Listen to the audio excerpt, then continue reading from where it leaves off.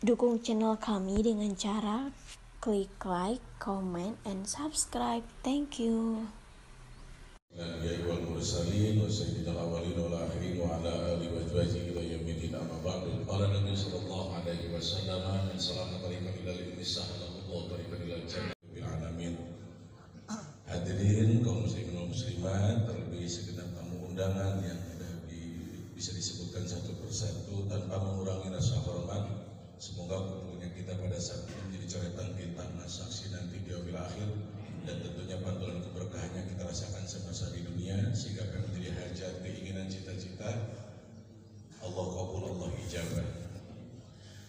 Dalam surah Yunus ayat 58 Allah sampaikan, A'udzu billahi minasyaitonir rajim. Bismillahirrahmanirrahim. Qul bi fadlillahi wa bi rahmatihi fa bidzalika falyafrahu wa khairun mimma yajma'un.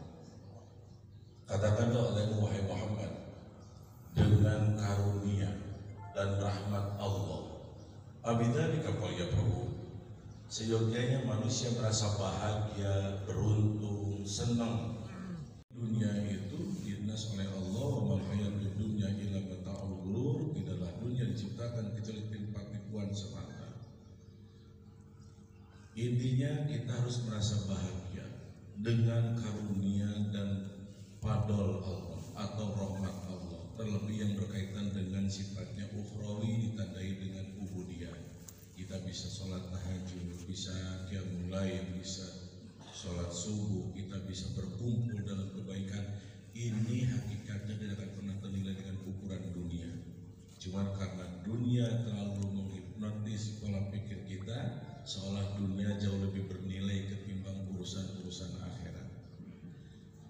Contoh hadirin, kenapa sebab Allah ciptakan dunia itu terkesan megah, glamor.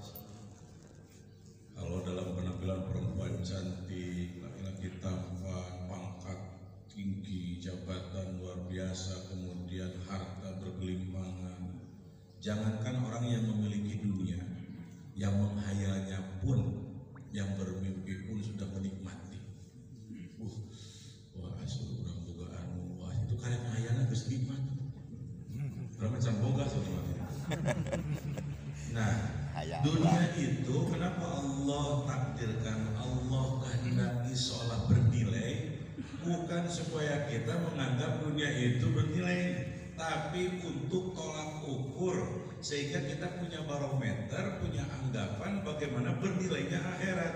Walaupun pada hakikatnya akhirat itu gak akan pernah terukur. La ainun ra'at wala udhunun sami'at wala qalbun khatara.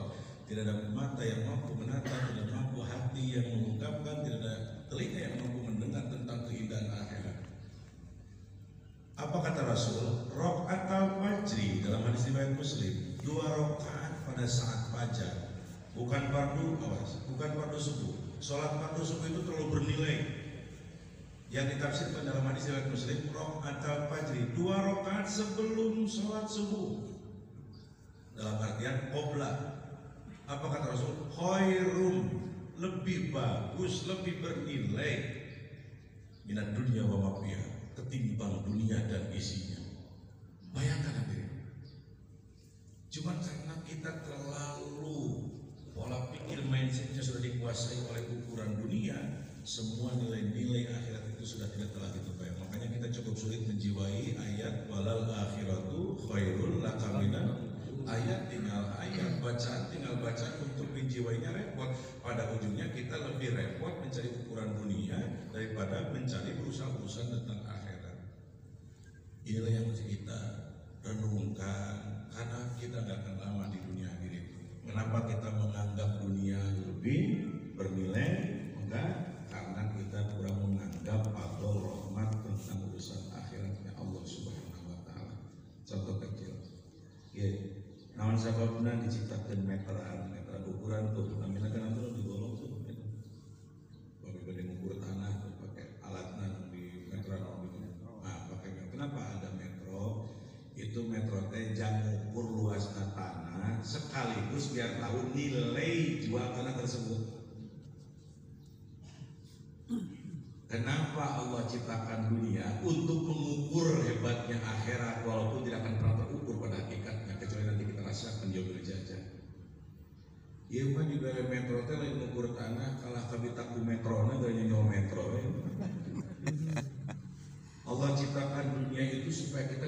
tolak ukur. Ya betapa luar biasanya anugerah yang Kau berikan.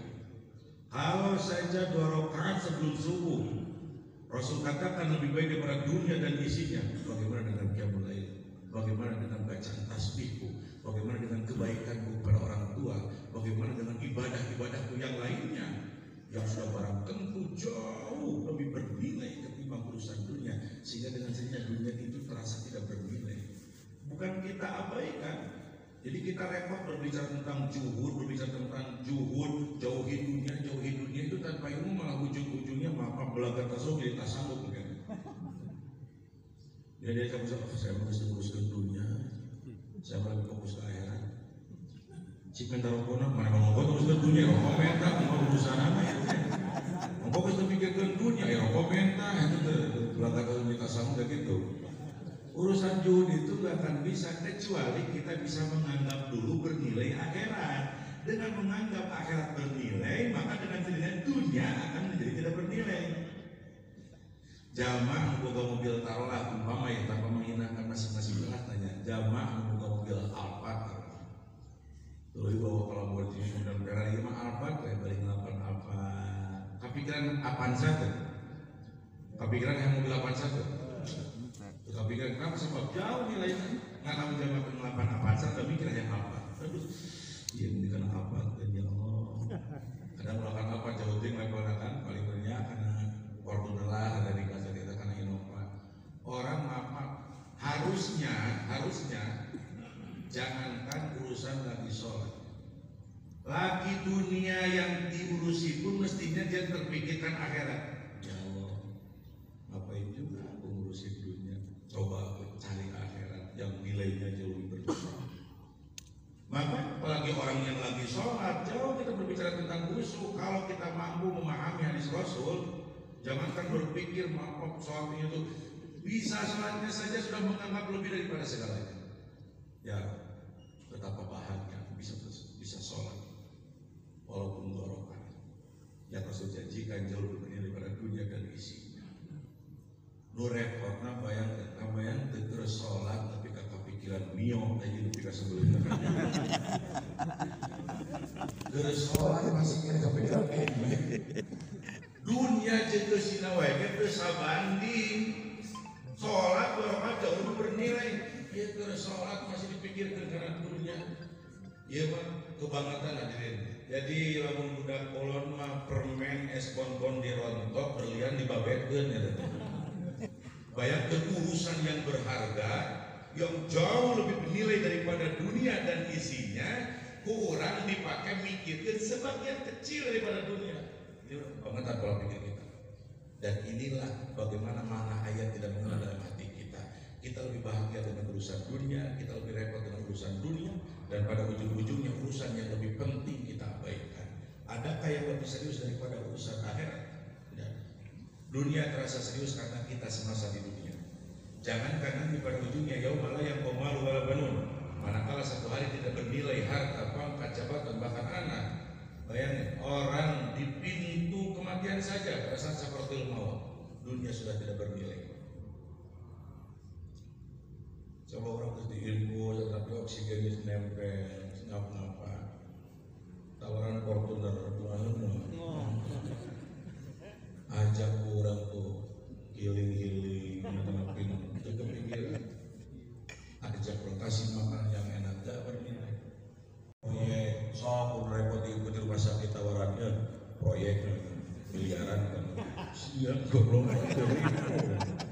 Jadi pada saat kita sakit saja nilai dunia itu sudah tak bernilai. Bahkan makanan pun yang ada kalanya kita jadikan target. Kadang kita sekolah takut gak makan, kita kerja takut gak makan.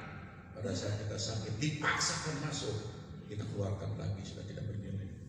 Kita muntahkan lagi. Bayangkan hinanya dunia itu kita mulai terasa, jangankan pada saat kita udah meninggal di akhirat. Pada saat kita menjelang meninggal pun, pada saat sakaratul maut, pada saat sakit repot sudah tidak bernilai. Yang kepikiran lagi. Berita tayangan kurang damai. Nah, mudah-mudahan hadirin jiwa inilah yang kita tanamkan. Jangan kita anggap remeh kita bisa berkumpul di masjid. Jangan dianggap ini cuma satu hari program programnya yang matematik kegiatan ini padol, ini rahmat yang belum tentu orang lain bisa mendapatkannya. Tentunya pilihan-pilihan Allah yang Allah kehendaki. Rasa bahagia tanamkan dalam hati kita. Ya Rabb, terima kasih. Kalaupun kita tidak mampu menjiwai rasa bahagia tersebut, paling tidaklah kurang api-api bunga ya Allah. Abi senang rahmat Allah. Abi senang hidayah taufik Allah ya Rabb. Kenapa kita harus berusaha seperti itu? Takut-takutnya kalau kita mengabaikan, kita tak tahu berterima kasih di hadapan Allah. Gimana kalau urusannya kemudian esok lusa pada rahmat tersebut Allah ambil, Allah cabut kembali. Seperti kita kita kasihan punya teman mau sholat tak punya alat sholat atau perangkat sholat, kalau perempuan tak punya mukena, kurang membela balan, tapi kamu harus kencing celengan, disipkan uang untuk beli mukena untuk sholat. Kita titipkan sarung atau mukena supaya bisa sholat. Ya orang katanya terima kasih, malah ada mukena sarungnya dipakai keset. Senang tak kira-kira kita dititipinnya? Atau kita ambil lagi. Allah titipkan hidayah, Allah titipkan taufik, Allah titipkan kita kemampuan untuk beribadah. Seyogyanya kita sambut dengan merasa gembira dan kita rasa terima kasih pada saat itu. Takut-takutnya kalau kita abaikan, kita anggap sepele, kalau kita anggap lebih bernilai urusan proyek, urusan bisnis daripada hidayah taufik Allah. Gimana kalau satu Allah cabut kembali pada rahmat tersebut? Okeylah bisnis kita lancar, tapi amalnya ibadah kita hilang pada diri kita. Okeylah dunia yang kita inginkan Allah berikan, tapi syahadat hilang pada diri kita waktu bilang. Makanya jauh sebelum Allah itu terjadi, Allah kehendaki berusaha. Ya Rabb, aku merasa bahagia. Dan dalam satu ungkapan para ulama-ulama yang betul-betul kasar, orang kalau sudah mengingat Allah, mengingat akhirat, urusan dunia mulai tidak terpikirkan. Makanya para aulia dikasih Allah dalam Al-Quran, Allah sifati la khaufun alaihim wa lahum yahzanun. Tidak ada keraguan, tidak ada kekhawatiran, tidak ada rasa takut. Kenapa? Karena yang jadi prioritas rasa takut, kekhawatiran itu urusan akhirat. Jadi terlebih kepada sahabat-sahabat, tolong orang yang bingung dengan urusan duniawi, tolong jangan terlalu diekspos. Allah itu maha murka, Allah gak senang. Karena paling ditakuti oleh Rasul, Allahumma inni astaghfiruka. Bagaimana Rasul betul-betul mengistinah daripada min hamil wa ghalabati dain, dari rasa khawatir, rasa bingung itu bagian daripada ranjau setan. Awalnya dia bingung, pada ujung-ujungnya hilang keyakinan, seolah tidak ada yang mengaturnya. Mulai rasa ketakutan, seolah tidak ada Allah yang mau menolong. Nah itu Rasul khawatir akan warga. Makanya titip, serepot apapun situasi, tolong jangan terlalu diperlihatkan. Husnudon aja, senang aja. Dan kalaupun kita belum menjauhi, kalau udah menjauhi insya Allah, kalau kita udah senang dengan iman Islam, senang dengan amal ibadah, dengan sendirinya urusannya gak bernilai. Titipnya, jadi banyak rekan-rekan takut-takutnya pakai doa. Dan ini barangkali kunci di akhir zaman ini seperti ini. Orang kalau banyak mengeluh, orang kalau banyak bercerita tentang masalah beban, bukan masalah musyawarah yang dilarang, cuma kalau terlalu kebanyakan pada ujungnya seolah kita meremehkan pertolongan Allah. Datang lingkungan kumpulan bingung ngobrol. Lihat dalam Ihya Ulumuddin, apa kata Imam Ghazali? Barang siapa yang bercerita tentang kejelekan, maka bersiaplah untuk menerima kejelekan tersebut. Bukankah dulu kita pernah punya prinsip perkataan adalah doa? Kebayang gak kita kumpul, situasi usaha repot ya, bingung aja baru rumah tangga untuk pasir, hubungan dengan kamu put, paspor nangis, bingung, ada gara-gara tergenap orang, kamu bingung ya tadi, barunya, satu tuh malaikat bingung, pulang ke rumahnya tuh. Datang istrinya, kenapa? Kayak yang bingung, enggak ini mikirin teman lagi bingung. Oh bingung, sadar lagi istrinya. Pantes untung tetap buruk dia orang. Wah ini yang terjadi di Indonesia. Jangankan orang kalangan orang-orang biasa, kadang orang-orang pejabat, para pengusaha, lo bingung. Lo paling repot kita kurang syukur nikmat. Bingung, repot, wah cerita bingung lah. tuh bisa kena ngerokok malah santai aja. Nah, supaya kita lebih santai, kita lebih memikirkan akhirat. Insya jujur ini penjiwaan, ini ilmu penjiwaan. Seandainya saja kita, orang-orang sekelas kita dikasih mati lampu 1 minggu siang malam, jujur repot nggak kira-kira?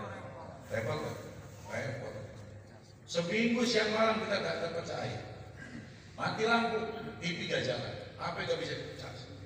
Repot nggak? Mati kutu kita. Ibu pertaruhan. Terus orang tua dulu kita nggak nemuin listrik berapa tahun coba ya? Bukan ukuran minggu, bukan bulan, bertahun-tahun. Gak masuk listrik tapi nyaman biasa. Bisa menyikapi. Nah yang menjadi permasalahan bukan urusan ada dan tidak listriknya, tapi bagaimana cara menyikapinya. Dulu ke toilet dulu. Assalamualaikum warahmatullahi wabarakatuh. Assalamualaikum warahmatullahi wabarakatuh. Alhamdulillah pagi ini bisa ketemu dengan Pak Didi Riyadi, anggota dewan juga ya. Waduh, nggak salah. Belum sih. Amin. Ya, seorang publik figur. Alhamdulillah memberikan support pada pagi ini. Amin. Dan ini channel saya Pak Haji, Edar Sipat Channel. Oh, terus gitu. berkembang, doakan ya. Amin. Mudah-mudahan di sosial terus. dan dakwah. Oh, sosialnya ngambilin ODGJ di jalanan. Ya. Yang paling penting jangan lupa di like, share, komen, dan Amin. subscribe. Makasih Pak Sukses Kang Didi terus. Riyadi, sukses juga, sehat. Amin. Sampai di Sama-sama. Bandung rumahnya ya? Di Jakarta. Oh, alhamdulillah sampai Jakarta selamat, sehat. Amin. Doakan kami di Tasik terus berkarya, Amin. berkhidmat untuk umat dan selalu doanya nyambung terus. Mudah-mudahan di akhirat nanti Mudah-mudahan ketemu di terus. surganya Allah. Istiqomah terus. Amin. Amin. Makasih. Ya, Kang. Amin. sami-sami. Assalamualaikum. Ya.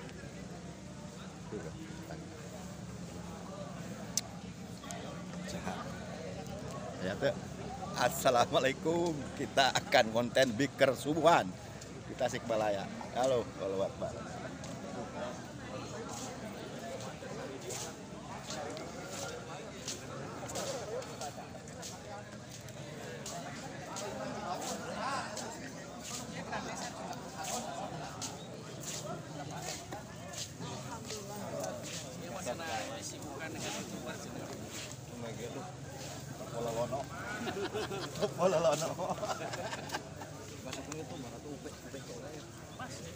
Gimana komennya kemarin mah rada nyauran ieu teh ayeuna mah aya sok ayeuna kumaha tah Cihaur cenah na YouTube abi Cihaur ka dieu atuh cenah ulah molor wae cenah kumaha tah ayeuna tah aya tah Alhamdulillah ayeuna pain teh terus aya hidayah kakupingeun beuneunan mohon mudah-mudahan istiqomah walaupun ti Cihaur beuti nya kuduna mah je orang Tasik kudu era eta ku Cihaur beuti teh gitu gitu ayo Kang Dani Ikong hadir ya di absen deui tah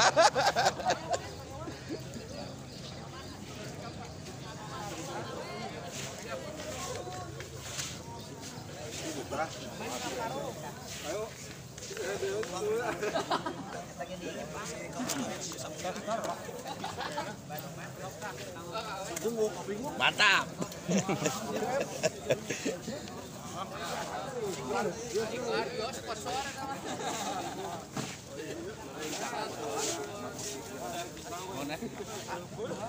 siap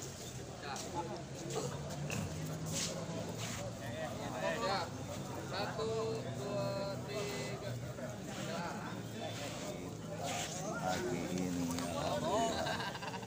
tahu saayana eta mah